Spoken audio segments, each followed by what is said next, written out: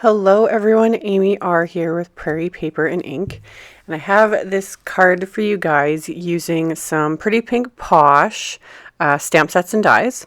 So to start off with, I ran the large die from the Pretty Pink Posh Stitched Duo 3 set through my Big Shot with some Tim Holtz Distress watercolor cardstock. And I die cut it with the textured side of the cardstock facing up. And then I am sponging on 3 different shades of Distress inks. And I started with Stormy Sky, which seemed appropriate. I was going to go with lighter shades of blue, like the ones that I'm normally drawn to.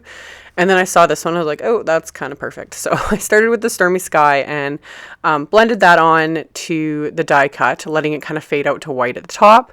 And then I added a bit of Faded Jeans about halfway down, roughly, just to start deepening it up a bit. And then at the very bottom, I added just a little bit of the Chipped Sapphire just to deepen it up even more. I didn't worry about it blending everything perfectly, but for the most part, they just kind of did on their own. And then once I was happy with it, I took my Distress sprayer and then only pressing the little trigger about halfway down to create all the big splotches, I sprayed it and let it sit for about 45 seconds, about 30 seconds. I usually don't have enough patience to let it sit long enough. And then I picked up the water with paper towel, and you can see it creates this super fun splattery look. That's the greatest thing about the Distress inks, is how they react with water.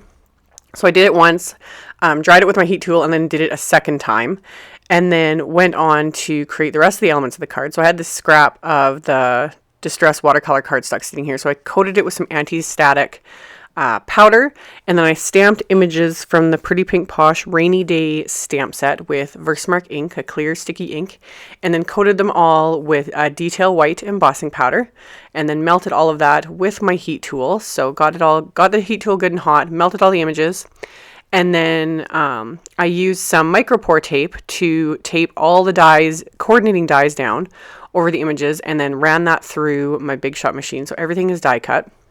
And then off camera, you see down the road, I have a few more clouds. So off camera, I ended up doing 3 more clouds to kind of finish off the card. So for the clouds, I didn't want them to be just plain white. I wanted that embossing to stand out a little bit, plus give the clouds a little bit more dimension. So I took that lightest blue, that Stormy Sky, and just lightly sponged it just along the very bottom of the cloud die cuts.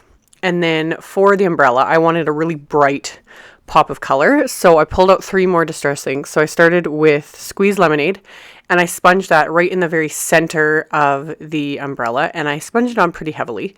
I wanted the yellow to be really, really bright. I love this Squeeze Lemonade color. It is just the prettiest shade of yellow. And then I took Candied Apple, and I sponged that onto the one edge, and I pulled it over a little more onto the yellow, so it creates just a little bit of orange. So obviously I'm going for kind of a rainbow look here on this umbrella. Super, super fun. So I sponged that on, and then I used Blueprint Sketch for the opposite side and did the same thing. Pulled it over a little bit onto the yellow so that it created a tiny little bit of a green. So really fun. And then for the actual handle of the umbrella and everything, I used Hickory Smoke Distress ink and just sponged that on there just to coat the watercolor cardstock where the embossing wasn't. So coated that with the Hickory Smoke, and it just made the embossing stand out a little bit more too.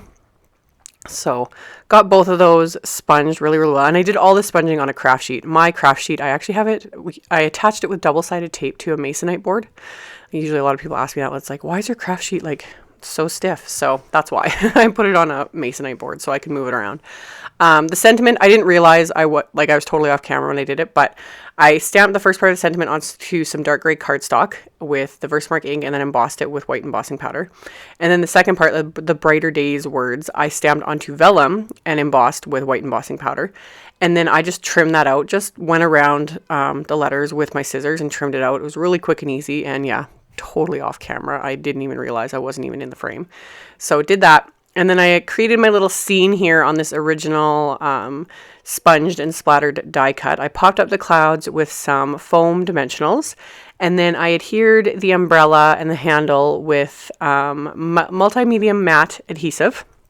And then the first part of the sentiment on the gray cardstock, I just cut up a couple little foam dimensionals so I could pop that up onto this piece. So I popped that up. And then the second part of the sentiment, I adhered flat with more multimedia matte. And I just took care to apply the adhesive kind of behind the embossing so that it doesn't show through the vellum. It usually doesn't show through as much with the multimedia matte adhesive, but it's just nicer to try and conceal it as much as possible anyway. So once those are all adhered, I wanted to create a few little raindrops, and I was kind of inspired by the stamp set itself. There's these little heart raindrops. So I grabbed some pretty pink Posh. These are the mini heart iridescent sequins, or confetti sequins. So I just put little dabs of the multimedia matte adhesive where I wanted these heart raindrops to be, and then just pick them up with the pad of my finger, because they basically just cling to whatever, and press those into place. So I just did a few of them. Really super cute the way they catch the light. Love it. So once those were done, I am going to pop this onto my card base, which is the standard A2 size card base. So 4 1/4 by 5 1/2 of a top folding card. And I adhered this with some foam tape, so that's all nice and popped up. And then to finish off the inside, this is where I used these extra clouds that I had embossed and die cut and sponged. So I adhered those to the inside with the same multimedia matte adhesive just because it was convenient. And then to completely finish it off, rather than stamping a sentiment, I just added 3 more of those little heart sequin confetti, since they're small and flat, so they're not going to create like a weird lumpy thing on the inside of the card. And that's all there was to it.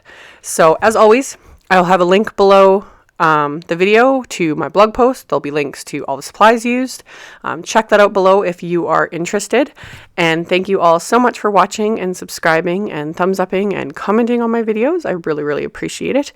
And I will catch you all next time. Bye.